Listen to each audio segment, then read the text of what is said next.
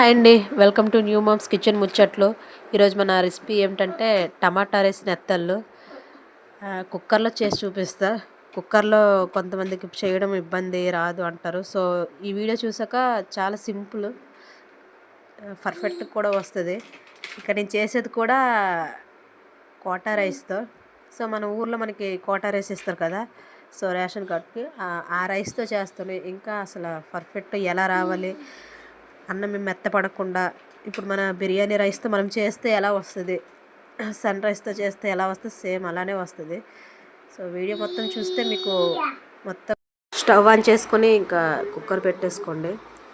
Cooker కొంచెం వేడయ్యాక ఒక 2 టేబుల్ స్పూన్ ఆయిల్ వేసుకోండి. సో మీ దగ్గర ఉన్న పోపుల్స్ అన్నీ మీరు వేసుకోవచ్చు. మీరు ఏవేవి తింటారో అవన్నీ, అంటే పోపుల్స్ ఉంటాయి కదా, మిక్స్ పోపుల్స్, అవి తిన్నవన్నీ వేసుకోవచ్చు. నేనైతే బాలింతలు కొన్ని తినకూడదు కాబట్టి నేను ఇంకా కొన్ని వేసుకోలేదు. సో నేను వీడియోలో చూపించినవన్నీ వేసుకొని ఒక 4-5, అంటే నేను ఇద్దరి కోసం చేస్తాను. నా కోసం, మా ఇంట్లో మా నాన్నమ్మ ఉంది, తన కోసం, ఇద్దరి కోసం కాబట్టి నేను 5 టమాటాలు తీసుకున్నాను. సో టమాటాలు తాలింపులో వేసాక కొంచెం ఉప్పు, పసుపు అది వేసుకోండి. తర్వాత అల్లం వెల్లుల్లి పేస్ట్ ఉంటే వేసుకొని, లేదంటే అల్లం వెల్లుల్లి దంచుకొని వేసుకోవచ్చు, పర్లేదు, బాగానే ఉంటుంది. వేసాక మిక్స్ చేసుకొని నార్మల్ మూత పెట్టండి. అంటే ఇంకా కుక్కర్ బెల్ట్ అలా పెట్టేసి మూత ఏం పెట్టవసరం లేదు. నార్మల్ పెట్టి కాసేపు అది ఉడకనివ్వాలి. నేను విజిల్ కూడా పెట్టలేదు, చూసారు కదా. అది ఉడికాక ఒకసారి గంటతో అలా కలుపుకుంటూ ఉడికిందో లేదో చెక్ చేసుకోండి. కొంచెం స్మాష్ చేస్తే బాగా రసం వస్తుంది. సో టేస్ట్ ఇంకా చాలా బాగుంటుంది. ఎంత టమాటాలు చక్కగా ఉడికితే అంత టేస్ట్ ఉంటుంది టమాటా రైస్. తినేటప్పుడు చాలా బెస్ట్ ఫీల్ అనిపిస్తుంది. కొంచెం స్పైసీ అలా యాడ్ చేసుకున్నా బాగానే ఉంటుంది.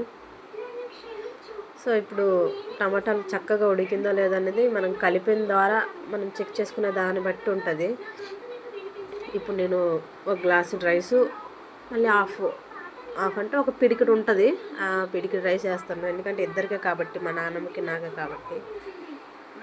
సో దానికి ఒకసారి వేసి కలిపేసుకోండి చక్కగా. అంటే రైస్ మొత్తం కర్రీలో కలిసి ఆ వైట్ కనిపిస్తున్న రైస్ మొత్తం కలర్ చేంజ్ అయ్యేలా. తర్వాత కొంచెం ఒక టీ స్పూన్ కారం తీసుకోండి. కారం అంటే స్పైసీ బట్టి తీసుకోవచ్చు. నేను కొంచెం నాకు స్పైసీ అంటే ఇష్టం కాబట్టి నేను 2 స్పూన్లు వేసుకున్నాను. తర్వాత నేను ఇప్పుడు చూపించిన కొలతల్లోనే వాటర్ వేయండి. ఫస్ట్ నేను ఫుల్ వేయలేదు, గ్లాసు హాఫ్ వేసాను. నేను రైస్ వేసిన ఒక గ్లాస్ రైస్కి 2 గ్లాస్ వాటరు. బట్ ఇది కోటా రైస్ కాబట్టి, మనకి కోటా రైస్ ఎలా ఉంటుందో తెలుసు కదా, మెత్తగా పడిపోద్ది. కుక్కర్లో పెట్టాం కాబట్టి మనం రైస్ ఫస్ట్ నేను వాటర్ గ్లాస్లో కొలత ఎలా వేసాను సేమ్ యాస్టేజ్ మీరు అలాగే వేసుకోండి. వేసుకున్న తర్వాత కుక్కర్తో మూత పెట్టండి. విజిల్స్ పెట్టేసి బెల్ట్ పెట్టేసి మూత పెట్టిన తర్వాత అది అలా ఇంకా విజిల్స్ వస్తాయి. ఎన్ని విజిల్స్ అనేది నేను చెప్తాను మీకు. ఇప్పుడు చూడండి ఎలా పొగలు వస్తాయో. నేను ట్రై చేశాను అంటే మొబైల్ చేతిలో పెట్టున్నాను కాబట్టి తీయడానికి ట్రై చేశాను, కానీ మనకి స్టామినా సరిపోలేదు. సో మొబైల్ ఇప్పుడు సరిపోయి వచ్చింది.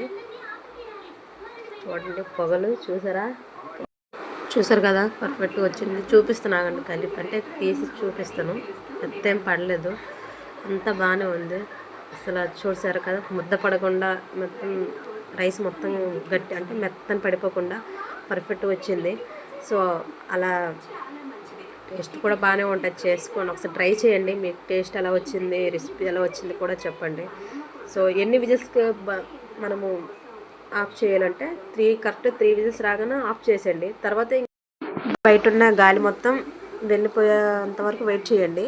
తర్వాత ఇంకోటి మెయిన్ ఏంటంటే గ్యాస్ సిమ్లో పెట్టండి. సిమ్లో పెట్టాక 3 విజిల్స్ వచ్చాక ఆఫ్ చేయండి.